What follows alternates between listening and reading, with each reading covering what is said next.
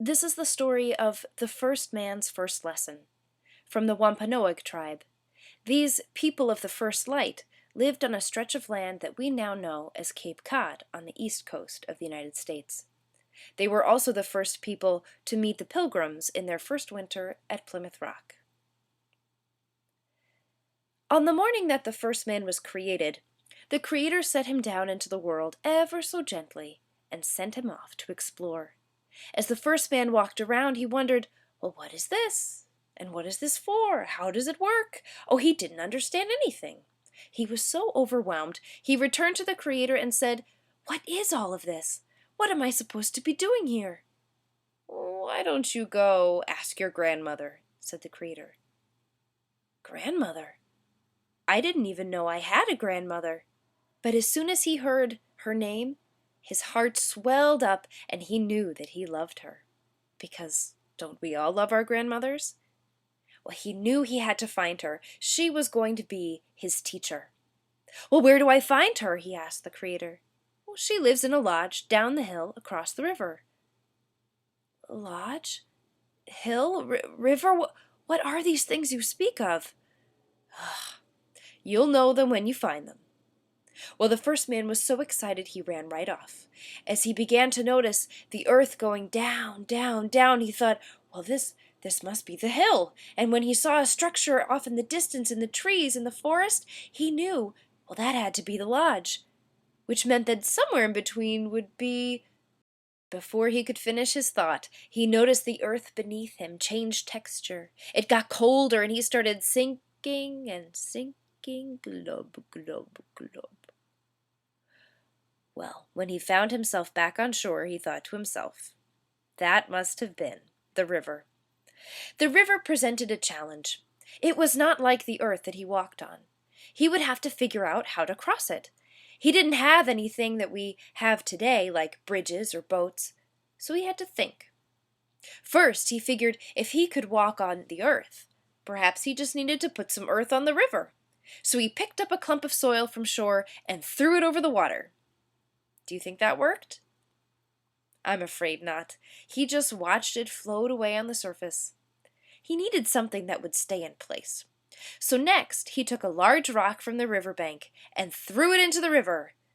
It stayed in place all right, at the bottom of the river, where it sank. It was time to sit and think. He looked over at the lodge and thought again of grandmother, his teacher, how much he loved her, how much he wanted just to reach her on the other side.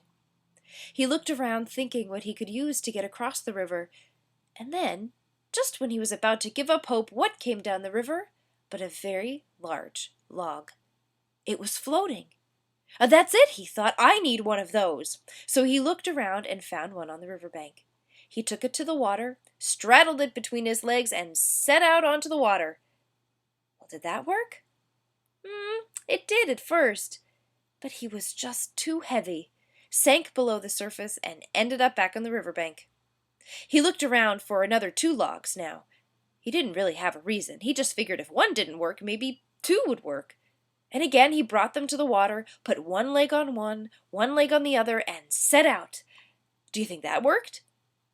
Well, he looked pretty silly with his 2 legs spread out on these 2 logs, but he was still too heavy anyways. Down he went and back to shore. He tried again with 3 logs, and then with 4, until he had each of his feet and hands on a different log. What do you think that looked like? Well, it still didn't work, and he still looked really silly.